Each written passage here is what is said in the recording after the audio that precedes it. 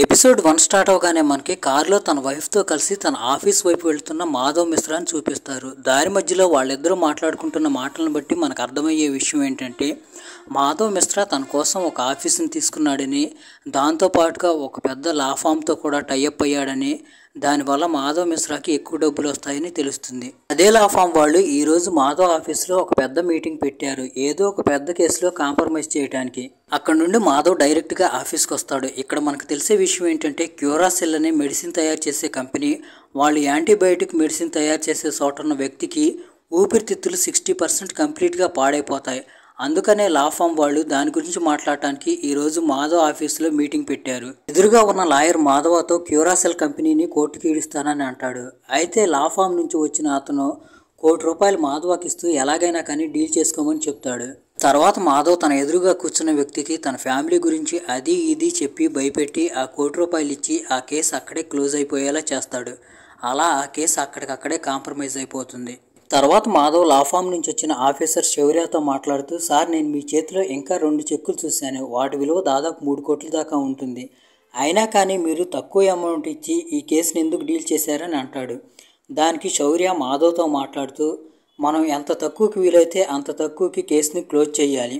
అదీ కాక అతను పేదవాడు, అతని ₹1 కోటి ఇవ్వటమే ఎక్కువ. అతను ₹1 కోటి అమౌంట్కి ఎందుకు కాంప్రమైజ్ అయ్యాడంటే అతను పేదవాడు. అదీ కాకుండా నువ్వు కూడా అతనిలాగే పేదవాడివి కదా, నువ్వు చెప్పడంతో అతను ఈజీగా ఒప్పుకున్నాడని చెప్తాడు. ఆ మాటలు విని మాధవ్కి చాలా బాధ వేస్తుంది.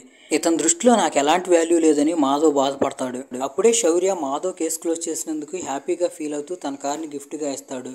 అప్పుడే మాధవ్ ఇద్దరు అసిస్టెంట్లు అక్కడికి వస్తారు. వాళ్ళ ఒకళ్ళ పేరు దీపు మాధవ్ బామర్ది, ఇంకొక అసిస్టెంట్ పేరు శివాని.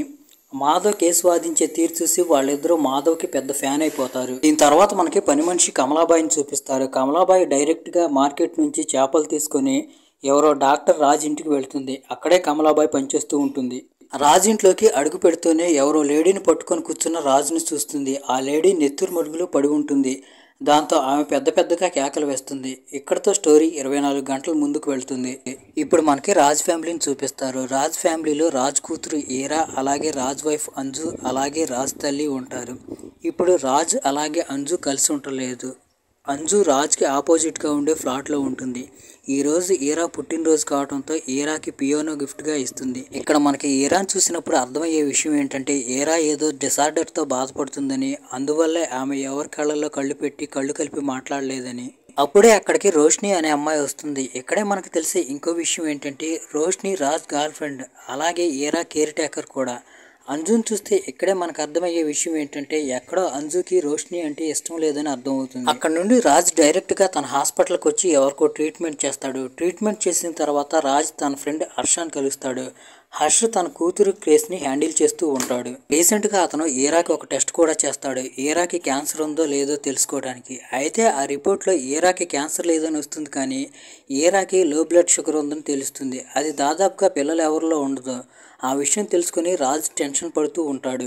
అప్పుడే రాజ్ అంజుకి ఫోన్ చేస్తాడు, ఈరా రిపోర్ట్ గురించి ఇన్ఫర్మేషన్ అంజుకి చెబుదామని. అయితే అప్పుడే అక్కడికి రోష్ని రావడంతో రాజ్ తన ఫోన్ని కట్ చేస్తాడు. కాసేపటి తర్వాత అంజు రాజ్కి ఫోన్ చేస్తుంది. అయితే అంజు రాజ్కి ఫోన్ చేయడంతో రోష్నికి వింతగా అనిపిస్తుంది. వీళ్ళిద్దరూ ఏం మాట్లాడుకోవటానికి అంజు రాజ్కి ఫోన్ చేస్తుందని ఆలోచిస్తూ ఉంటుంది. తర్వాత అక్కడి నుంచి రాజ్ రోష్ని కలిసి ఇంటికి వెళుతూ ఉంటారు. దారి మధ్యలో రాజ్ రోష్నితో మాట్లాడుతూ ఈరోజు ఈరా బర్త్డే పార్టీకి నువ్వు టైంకి రా అంటాడు. అప్పుడు రోష్ని రాజ్తో మాట్లాడుతూ నేను అక్కడికి రాలేను, ఒకవేళ నేను అక్కడికి వస్తే నీ ఫ్రెండ్స్ అందరూ నేను పెళ్ళైన మొగాడితో తిరుగుతున్నానని అనుకుంటారు, నేను వాళ్ళ కళ్ళల్లో కళ్ళు పెట్టి చూసి మాట్లాడలేను అంటుంది. అదీ కాకుండా అక్కడికి నీ పెళ్ళం అంజు కూడా వచ్చిద్దని చెప్పి అంజు గురించి మాట్లాడుతుంది. అప్పుడు రాజ్ రోష్నితో మాట్లాడుతూ అంజుకి నాకు మధ్యలో ఏమీ లేదు, నేను నిన్ను ప్రేమిస్తున్నాను, నువ్వు తప్పకుండా అక్కడికి రావాలని అంటాడు. ఇంటికి వచ్చిన తర్వాత రాజ్ డైరెక్ట్గా అంజు ప్లాట్లోకి వెళ్ళి ఈరాకి క్యాన్సర్ లేదని చెప్తాడు. ఆ మాట వినగానే అంజుకి ప్రాణం లెగిసొచ్చినట్టు అవుతుంది. సాయంత్రం ఈరా పార్టీ జరుగుతూ ఉంటుంది. అక్కడికి రోష్ని కూడా వస్తుంది. రోష్ని పింక్ కలర్ శారీ కట్టుకొని అక్కడికి వస్తుంది. అప్పుడు రాజ్ రోష్నిని తీసుకెళ్లి తన ఫ్రెండ్స్కి ఇంట్రడ్యూస్ చేస్తాడు. అబ్బా, రోష్ని చూడటానికి చాలా అందంగా ఉంది, అసలు రోష్నికి నీకు పరిచయం ఎలా అయిందని వాళ్ళు అడుగుతారు. దానికి రోష్ని నా హాస్పిటల్లోనే నర్సుగా పనిచేస్తుంది. తర్వాత తను ఈరాని హ్యాండిల్ చేయడానికి ఇంటికి వచ్చేది. అలా మా ఇద్దరి మధ్య సన్నిహిత్యం పెరిగి మేమిద్దరం దగ్గర అయ్యామని చెప్తాడు. తర్వాత వాళ్ళు బర్త్డే పార్టీలో ఎంజాయ్ చేస్తూ ఉంటారు. తర్వాత ఆ పార్టీలో రాజ్ ఫ్రెండ్స్ మాట్లాడుకుంటూ ఉంటుంటే రోష్ని వింటుంది. వాళ్ళు రోష్ని చూడటానికి చాలా దరిద్రంగా లేఖిదానిలాగా ఉందని, అంజుయే అందరికంటే బెస్ట్ అని మాట్లాడుకుంటూ ఉంటారు. అది విని రోష్నికి చాలా బాధ వేస్తుంది. అప్పుడే అక్కడికి అంజు కూడా వస్తుంది. అంజు కూడా రోష్నికి లాగానే పింక్ కలర్ శారీ కట్టుకుంటుంది. తర్వాత ఈరా కేక్ కట్ చేస్తుంది. అందరూ పార్టీలో ఎంజాయ్ చేస్తూ ఉంటారు. అయితే అంజుని రాజ్ని అంత దగ్గరగా చూసి రోష్నికి విపరీతమైన కోపం వస్తుంది. దాంతో రోష్ని ఏడుస్తూ అక్కడ నుండి వెళ్ళిపోతూ ఉంటుంది. రోష్ని ఏడుస్తూ ఇంటికి వెళ్ళిపోతున్నప్పుడు వెనక నుండి ఎవరో కింద రోష్నిని వీడియో తీస్తూ ఉంటారు. అదెవరనేది మనకు ముందు ముందు తెలుస్తుంది. తర్వాత రోజు ఉదయం లేవగానే రాజ్ రోష్నికి మెసేజ్ చేస్తాడు. అయితే రోష్ని దగ్గర నుంచి ఎలాంటి రెస్పాన్స్ రాదు. కాసేపటి తర్వాత రాత్రి పార్టీలో తాగిపడేసిన కచరా మొత్తం ఒక బ్యాగుకి ఎత్తి మున్సిపాలిటీ వాళ్ళు తీసుకెళ్ళటానికి రాజ్ ఆ కచరాన్ని కింద పెడతాడు.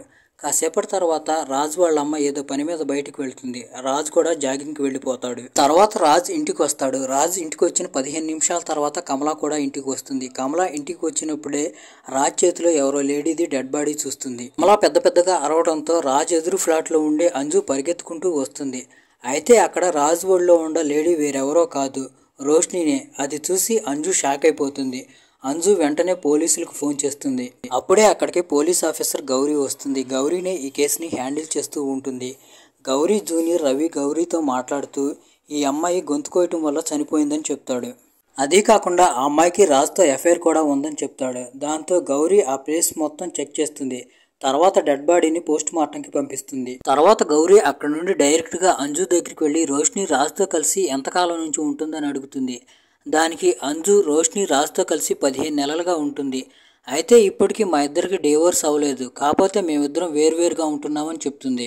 అప్పుడు గౌరీ ముందైతే మేము రాజ్ని మా కస్టడీలోకి తీసుకుంటాం, తర్వాత తెలుస్తుంది ఏం జరుగుతుందో అని అంటుంది.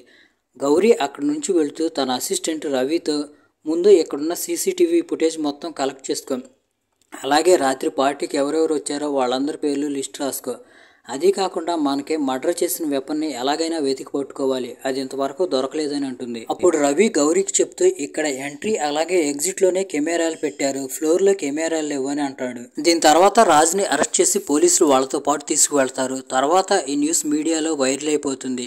ఒక డాక్టర్ తన దగ్గర పనిచేసే నర్సుని చంపేశాడని.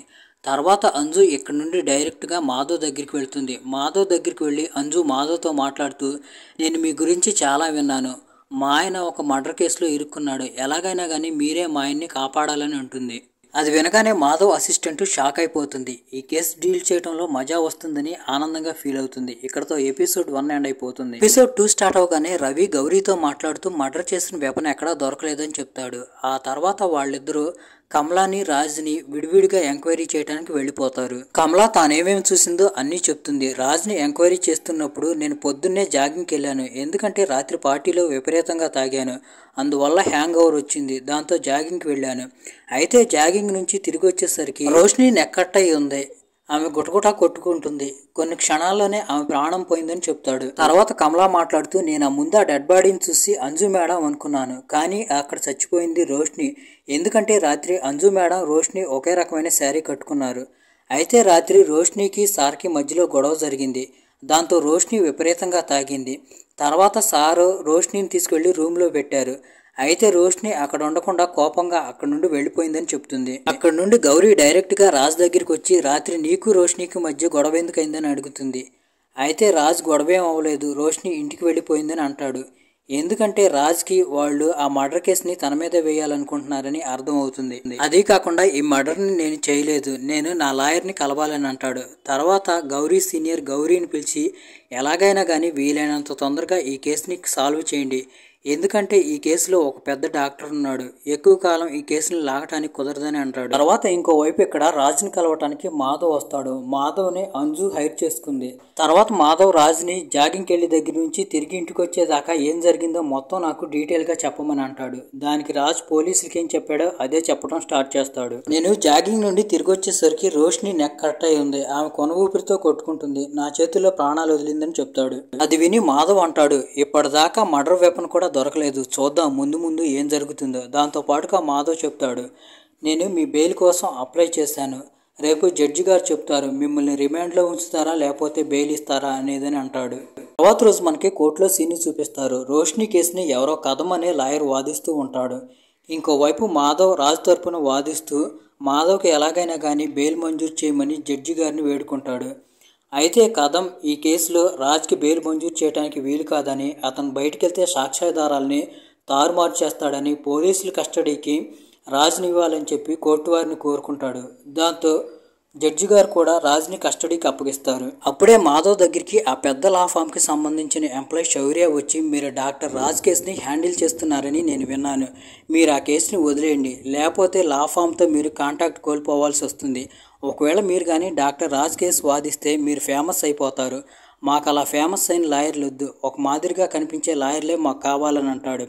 ఆ మాటలు విని మాధవ్ చాలా బాధపడతాడు. ఇంకోవైపు పోస్ట్ మార్టం చేసిన డాక్టర్ మాట్లాడుతూ, రోషిని మీద అటాక్ చేసింది రోషిని ఎదురుగా నిలబడి అటాక్ చేశారు, అలాగే రోషిని మీద ఒక చిన్న చాకుతో అటాక్ చేశారు, రోషిని మీద అటాక్ చేసింది రైట్ హ్యాండ్ పర్సన్ అని చెప్తాడు.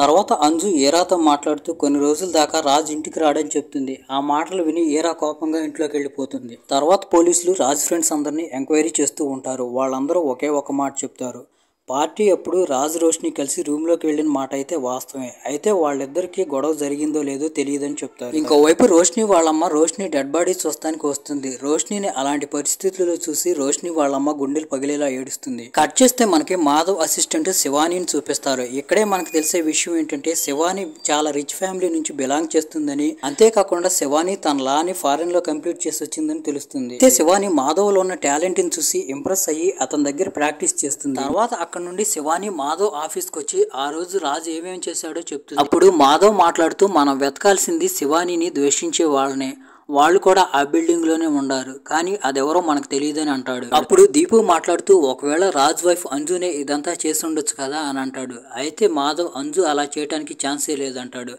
అప్పుడే మాధవ్ వైఫ్ మాట్లాడుతూ, ఒకవేళ ఏరా కూడా ఇలా చేసి ఉండొచ్చు, ఎందుకంటే ఏరా కూడా అదే ఫ్లాట్లో ఉంటుంది కదా అని అంటుంది. ఆ మాటలు విని మాధవ్ కూడా షాక్ అయిపోతాడు. అది విని మాధవ్ అలా జరగటానికి కూడా అవకాశం లేకపోలేదంటాడు. ఇంకోవైపు గౌరీ ఆ రోజు పార్టీ రోజు తీసిన ఫోటోలను చెక్ చేస్తూ ఉంటుంది, ఏదైనా క్లూ దొరుకుతుందేమోనని. అన్ని ఫోటోలు నార్మల్గానే ఉంటాయి, కానీ ఒక ఫోటో కొంచెం తేడాగా కనిపిస్తుంది. ఆ ఫోటోలో ఇప్పుడు ట్రోఫీ కనిపించట్లేదు. అలాగే అక్కడ ఒక చిన్న గాజు ముక్క కూడా దొరుకుతుంది. తర్వాత గౌరీ అక్కడ నుండి డైరెక్ట్గా రాజ్ ఇంటికి వెళుతుంది. అయితే అది ఇప్పుడు సీజ్ చేస్తుంది. అక్కడికి వెళ్ళిన తర్వాత వాళ్ళకి చూస్తే ట్రోఫీ మీద ఉండే స్కాల్పల్ కనిపించదు. దాంతోనే రోషినిని మర్డర్ చేసింది. ఇంకోవైపు మాధవ్ ఏరాని ఎంక్వైరీ చేయడానికి అంజు ఇంటికి వస్తాడు. ఏరాని ఎంక్వైరీ చేస్తే ఏమైనా తెలుస్తుందేమోనని.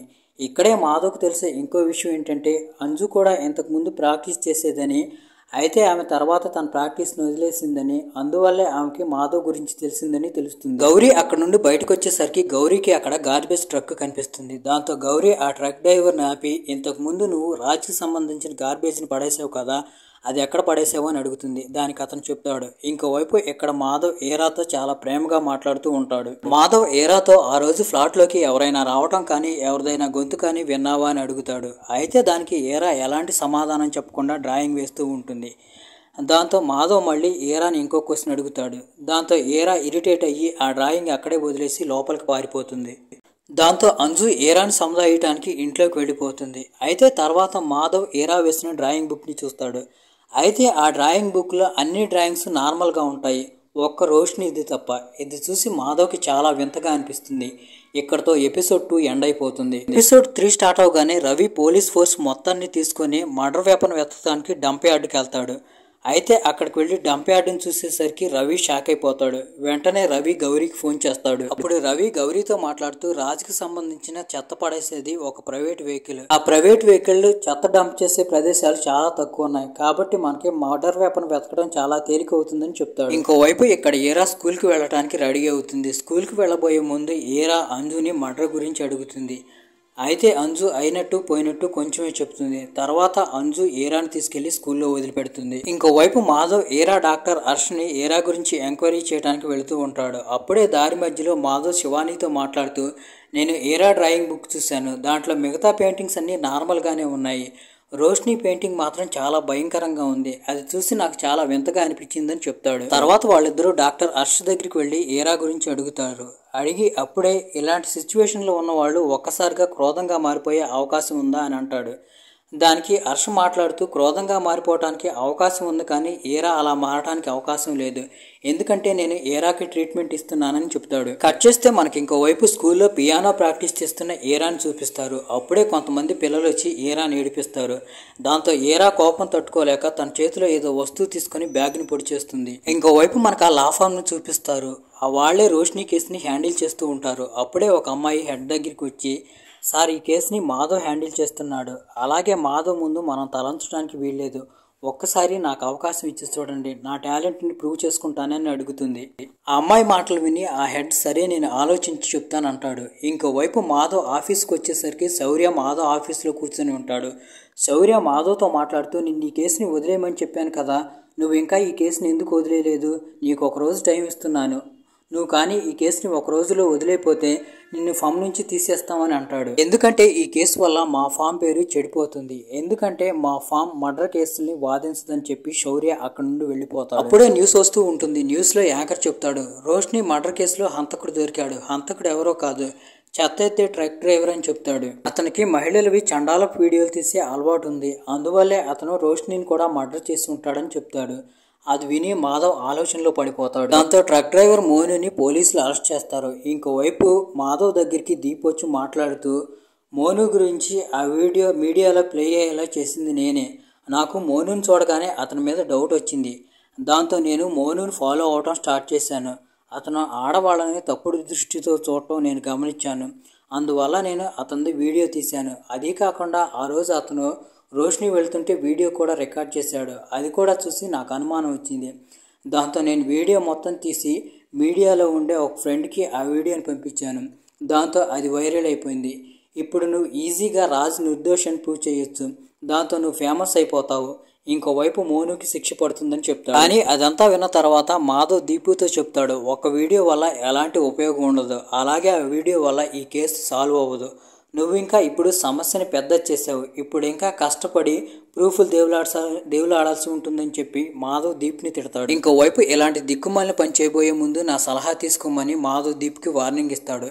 ఇంకోవైపు ఇక్కడ గౌరీ సీనియర్ ఆఫీసర్ పిలిచి ట్రక్ డ్రైవర్ మోను ఫోన్ని గౌరీకి ఇస్తాడు. ఆ ఫోన్ ఓపెన్ చేసి చూసి గౌరీ షాక్ అయిపోతుంది, ఎందుకంటే ఆ ఫోన్లో చాలా రోషినికి తెలియకుండా సీక్రెట్గా తీసిన రోషిని వీడియోలు ఉంటాయి, అవి చూసి గౌరీ షాక్ అయిపోతుంది. దాంట్లో ఆ రోజు పార్టీ రాత్రి రోషిని ఏడ్చుకుంటూ వెళ్ళినప్పుడు తీసిన వీడియో కూడా ఉంటుంది. ఆ రోజు ఆ వీడియో తీసింది మోనునే. తర్వాత గౌరీ సీనియర్ గౌరీని తిడుతూ, ఇన్ని రోజులు మనం అసలు మోను గురించి ఆలోచించలేదు, మోనునే మర్డరర్ అయ్యి ఉంటాడని అంటాడు.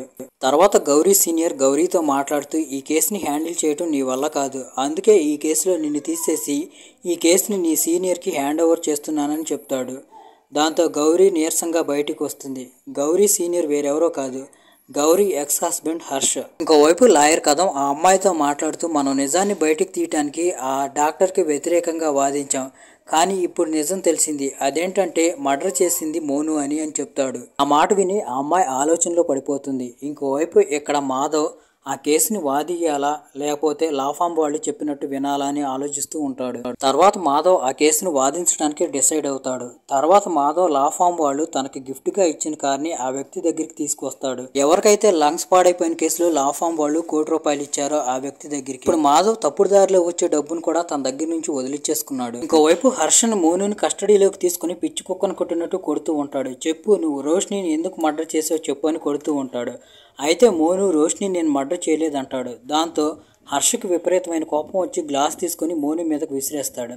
ఎడం చేత్తో మోను గ్లాస్ని పట్టుకుంటాడు. వెంటనే హర్ష తన సీనియర్ దగ్గరికి వచ్చి, మోను రోషినిని చంపలేదేమోనని నాకు అనిపిస్తుంది, ఎందుకంటే పోస్ట్ మార్టం రిపోర్ట్లో రోషిని మీద అటాక్ చేసిన వ్యక్తి రైట్ హ్యాండ్తో అటాక్ చేశాడని ఉంది, అయితే మోనుది లెఫ్ట్ హ్యాండ్ అని చెప్తాడు. తర్వాత గౌరీ వచ్చి సీనియర్ ఆఫీసర్తో మాట్లాడుతూ, మోను క్లౌడ్ అకౌంట్లో ఒక వీడియో దొరికింది, అది 2 నెలల క్రితం తీసింది, ఆ వీడియోలో రాజ్ అలాగే అంజు కిస్ చేసుకుంటున్నారు. గౌరీ కంటిన్యూ చేస్తూ, నేను అంజుతో మాట్లాడుతున్నప్పుడు అంజు వాళ్ళిద్దరూ విడిపోయి సంవత్సరం పైగా అవుతుందని చెప్పింది, అయితే రోషిని చనిపోవటానికి వాళ్ళిద్దరి దగ్గర ఏదో కారణం ఉండి ఉంటుందని చెప్తుంది. ఇక్కడతో ఎపిసోడ్ 3 ఎండ్ అయిపోతుంది.